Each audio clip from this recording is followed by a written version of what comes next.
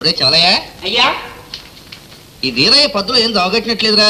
ఆడెప్పుడు అనా పైసలతో అంతా ఇచ్చేసాడండి. మీరే జమ కట్టేసి రసీదు ఇవ్వాలా? నీకెట్టా నమస్కారం విశ్వరూపం గారు. ఎవరు? సుబ్బయ్య రాదా? ఏమిటి ఆ ప్రెసిడెంట్ నిన్ను నీ తమ్ముడిని కలిపేట పాపం? ఇంత ఘోరం జరుగుతుంటే చూస్తూ ఎలా ఊరుకున్నావయ్యా? జరిగింది ఏదో మంచిగా జరిగింది కానీ ముందే డబ్బు తీసుకుని నా పత్రాలు నాకు పారి. డబ్బు? అంత డబ్బు నీకెక్కడిది? సొసైటీ బ్యాంకులో అప్పు తీసుకున్నా. ఎందుకయ్యా అంత తొందరపడ్డావు?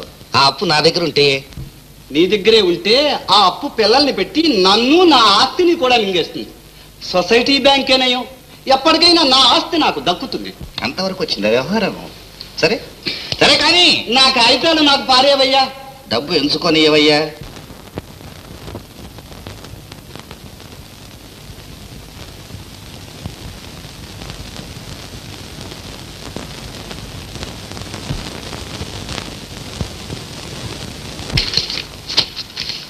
ఇదిగో నీ కాగితాలు.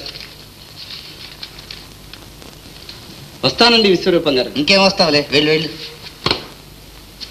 నేను కూడా సొసైటీ ఫండ్ ఆఫీసులో అప్పు తీసుకుంటే బాగుంది. విట్లా నీ సణుగుడు?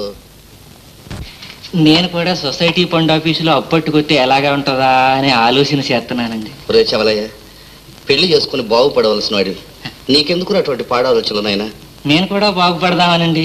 అప్పట్టుకొచ్చి మీ రుణం అంతా తీర్చేస్తే నా పొలం పాక నాకు దక్కుతాయి కదండి. మరి ఏమనుకున్నా నీకు ఉందిరా తెలివి. పోయింది ఈ వడ్డీ వ్యాపారం కూడా మట్టి కొట్టుకుపోయింది. భద్రా, నేను అప్పుడే చెప్పానా 6-3 ఆ ప్రెసిడెంట్ తమ్ముడికి మన అమ్మాయి నుంచి పెళ్లి చేసి తీరుతాన్ని. ఏమంటావు? నీ తొందర చేయబట్టి మీ మాట నిలబెట్టుకోగలిగారు. అమ్మగారు ఆకలే. నువ్వేమిటో మధ్యలో గొడవ? ఆగు కాస్త. భద్రా, ఇప్పుడు అమ్మాయి ఏం చేస్తుంటుందంటావు? మల్లెల్తేనా గట్టిగా చెప్పి పంపించారు కదండి. ఈ పాటికి ఆ ప్రెసిడెంట్ను సీతమ్మను ఉతికి పిండి ఎండేస్తాడు. అప్పుడేమైంది వాళ్ళ భాగవతం?